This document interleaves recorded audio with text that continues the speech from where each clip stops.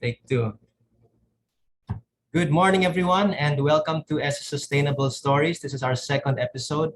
And today we have with us Teresa Ruelas, who's based in Cebu, and she's the co-founder and co-holder of many amazing initiatives, such as Cebu Farmers Market, Cafe I, and the Grow It Yourself program. Good morning, Tresa.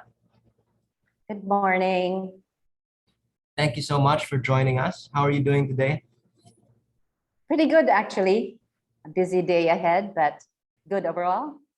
Thanks. Thank you for taking the time.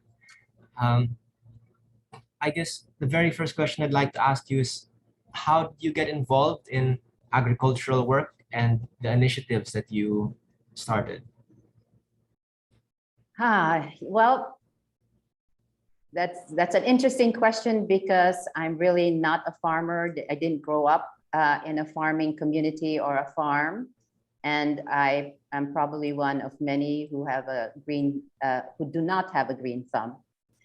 But it was in 2014. I had recently come back from the United States and learned about the Supreme Court studying a ruling to start introducing golden rice into farms and markets. And golden rice, as maybe some of our listeners will know, is genetically engineered and has never tested to deliver what it has promised, which is a daily requirement of vitamin A for children. And also that it destroys our land, our farmers' lives, and eventually the consumers of golden rice. So we took up the campaign across Cebu, as well as in many parts of the Philippines, and started to do an educational program for farmers to begin with. And in the process of that, met with farmers who had been planting the way their ancestors, their grandparents have been planting for years. And many of them had not even been formally trained, but they knew at least enough about the destructive nature of chemical preservatives and insecticides and herbicides. So in the process of working with these farmers, we realized that if we were going to teach the public about the destructive nature of chemicals in farming and in our food, as well as GMO, genetically modified organisms in our food, that we ought to at least give our public, especially here in the city, both education as well as an alternative to where they can access food. And that's what gave birth to the idea of opening farmers markets throughout Cebu. So we started with one, and that immediately caught the attention of a lot of people who have been looking for healthier food and for local food. And so we grew pretty quickly. We had food demonstrations and cooking demonstrations and nutrition lectures, and we had the farmers themselves doing demonstrations on how to plant certain types of plants, etc. So then we went from one market on a Saturday to, by 2018, 3 markets on different days of the week, spread out through the city. And we had more venues that were waiting for us to open markets there. And so that's how. Go ahead. This is what is now known as Cebu Farmers Market, no? That's right. That's right. It's the only market that we know in which our farmers are actively the ones selling. So it's not a store where they just drop off their produce. They actually come every market day from many distances, way up in the mountains, etc., to the markets to sell their produce. And we really made this be an important part of the culture of the farmers market, because we really believe that these farmers are the teachers, around food and a healthy way to grow and consume food.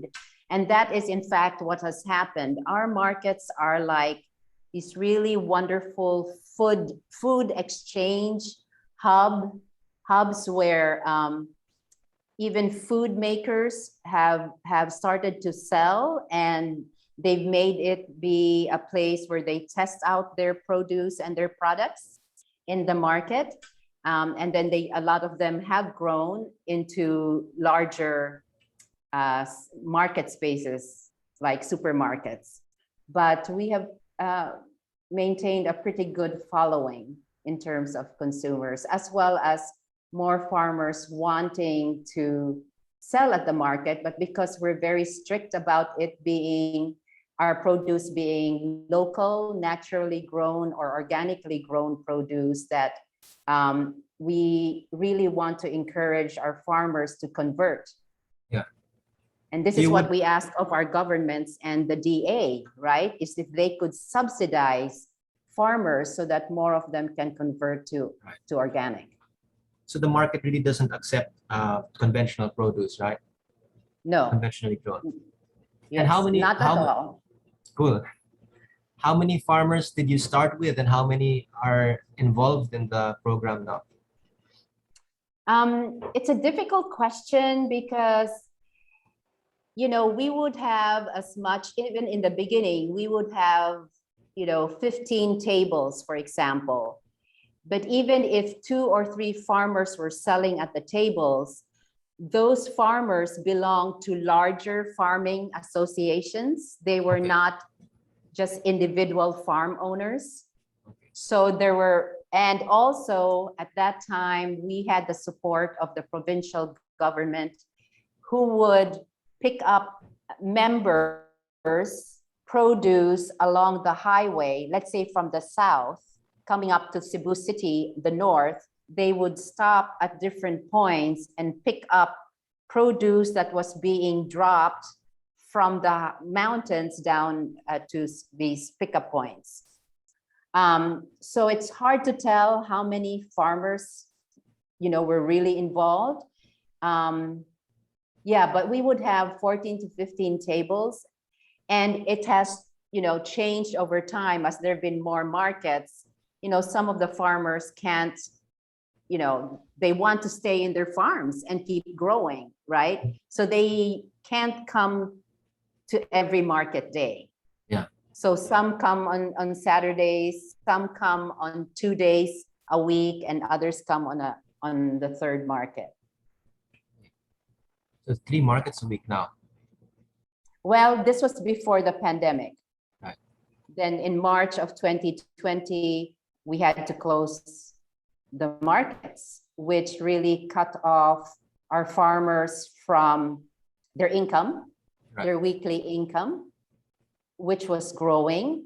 And it also cut off our urban communities from healthy food. So it was a challenge, in both areas. Is that still the situation now, or has it loosened up somewhat? It has been loosened up since late last year, and we started opening our first market in January of this year, 2021. Right. We just tried it out and see if people were willing to come. And at that time, as you probably know, there was a lot of online marketing. So we experienced both customers that were starting to come back, even farmers who were starting to come back, but there were many customers who were still uncertain about coming out. So there was a lot of, we don't have an app or program yet for our online market. So we've been doing it, texting, etc. And so there's been a lot of ordering through that venue, and then we send it through our delivery services. Wow, that's great. Yeah, so now we're only back 2 days a week. We're really still trying to see how the market will sustain itself given the craziness of the pandemic and lockdowns and that sort of thing. Okay. Yeah. All right. Could you tell us a little bit about, so what is Cafe I then? What is Cafe I? Is it something Yeah. separate or is it the same as Yeah. Cebu Farmers? Well, for 5 to 6 years, we were running the Cebu Farmers Market, and it was run purely by volunteers. Myself and 2 or 3 other people would volunteer each market day. All the decisions would be made by the farmers, and we would facilitate that. If we were invited to events to display or sell or do demonstrations at different events like Nutrition Month or Vegan Festival or the Cebu Food and Beverage Exchange, it would be the farmers who would run it, but we would facilitate it as volunteers. We never took home, any of the sales. All the sales went directly to our farmers. Okay. So that, but by 2018, it had grown to be too big, and the volunteers had to come and go because they also had to earn income. Right. So that's how we created Cafe I, which by its name, Communities for Alternative Food Ecosystems Initiative, really was born out of our experience in the markets, where we could see that the only way we could really transform the food culture in Cebu is through involving all the players in a food ecosystem. It wasn't just the gardeners. We had started a Cebu Seed Savers, so that we would really sustain the supply of seeds, organically grown and sown seeds. And then we had food makers, because we really encouraged our farmers to learn how to, develop their fresh produce so that it doesn't go to waste if it's unsold. So when we have an abundance of, say, sayote, what could they make out of it? And we have also had chefs and restaurant owners come and volunteer to help transform some of these fresh produce into chutney and all these healthy products in jars. Because there are a lot of people who actually go to our markets and really enjoy browsing, but they're not necessarily cooks. Right? So they really appreciate bottled and packaged food made out of the ingredients from the farmers in our market. So Cafe I is really bringing in the rest of the community to get involved.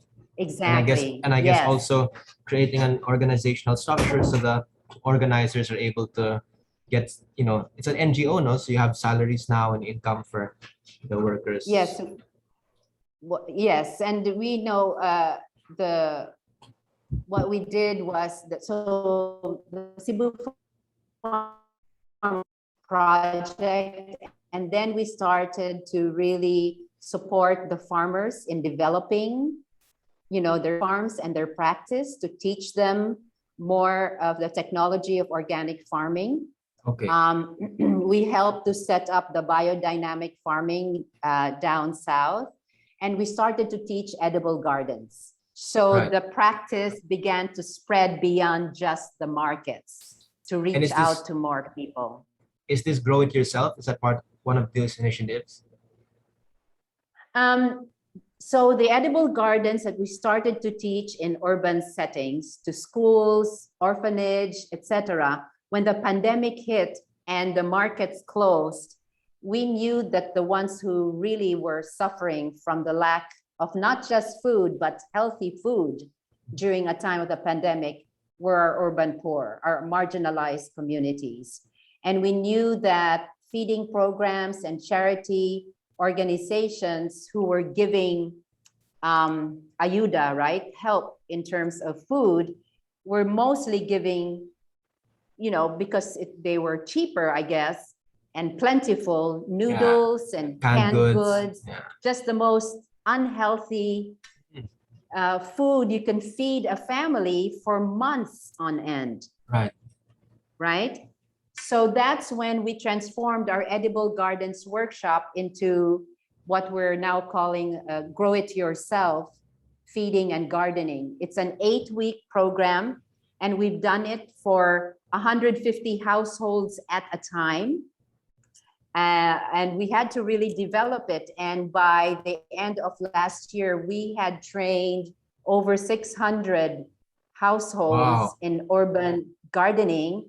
Wow. And these were households that are living on top of each other, right? At the beginning, they would say, how do you expect me to garden? I have no room, right? But, you know, the innovative mind, right, gets stimulated out of sheer necessity. Right. You know, as the lockdowns continued on and on, they had to find ways. So then container gardens were grown along the side of their houses, on their rooftops, you know, on stairs, just like one of the articles I think I read of yours, Ian, which featured that. So Yeah, every the space was Barangay taken Cochero. up. Yes, and it was really wonderful how they really stepped up to feed themselves, so that when a lockdown was reinstated, there was much less of a panic and fear, because they had food that they could survive on for a little bit. And we also had, you know, as we were teaching these communities, basically the 4 goals in growing your own garden that we have helped to inculcate in these communities are: 1, for your own consumption, right? Secondly, for your savings and income, because we help them assess how much do they really spend on their own food, right? And even for poor communities, they end up spending a lot. So now they get to save, but also their neighbors have started to look across the fences and say, hey, can I buy a little bit of your alugbati or nice. your eggplant or your okra? So now there's a little bit of a barter, and you know, the sari-sari store owners were saying they can notice their products that they sell are starting to change into more fresh produce from the neighboring gardens, you know, that sort of thing. So that's the second reason. And the third is to help feed a nation, that they too will have a role and an importance in feeding other communities. And this has come to pass, actually, in the sense that we're helping to convert community pantries that grew right during the pandemic by helping our graduates be the ones to teach during the community pantries. Instead of just giving, they will grow pots that can be harvested at the pantries by the participants of the pantries, and then they will do the demonstrations themselves. Wow. So it's like a cascading effect. Right. And then the fourth goal, the last goal, is to love our planet, right? To know that every day we farm right and we eat right, you know, involves practices that are being kind, heal our air, our water, just by practicing organic or natural practices. Wonderful. Is there any way that the network could support? Do you have a website or some kind of link that we could share for those who would like to learn more and possibly support your initiatives?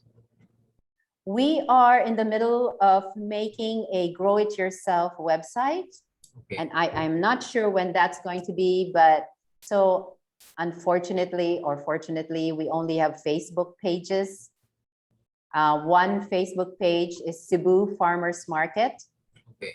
Well, where you'll get to see every week, every day, just what we're displaying at the market. And we're also, we also just launched our Christmas basket program. Okay. So if you go to the Facebook page, all proceeds will go back to the farmers as well as to Cebu Farmers Market to help in its sustainability. And they're just wonderful goods that are in the baskets that you can choose from. And we also have a Facebook page for Cafe I, which is Cafe I Inc. Okay, cool. So I'll make sure to put these links here so you can click them now if you want to learn a little bit more. We're almost out of time, but I'd like to ask maybe one more question. I had two, but let's try and Sure. squish it. Let's try to squish it into one. So, Okay. of course, here in ESSA, the network, we always advocate inner conditioning, right? The importance of a person's inner condition in the work that they do, no matter what work they're doing. So, like I said, let's try to put two into one. What's the importance of inner conditioning in your work, and what's one piece of advice you can give to someone who wants to do something similar, bring communities together to create a more healthy environment, more healthy planet, more healthy population? Shoot. Okay, big question. First, your question on inner conditioning. Absolutely. We never start any program without doing inner conditioning. And for us, we say that this is not my quote.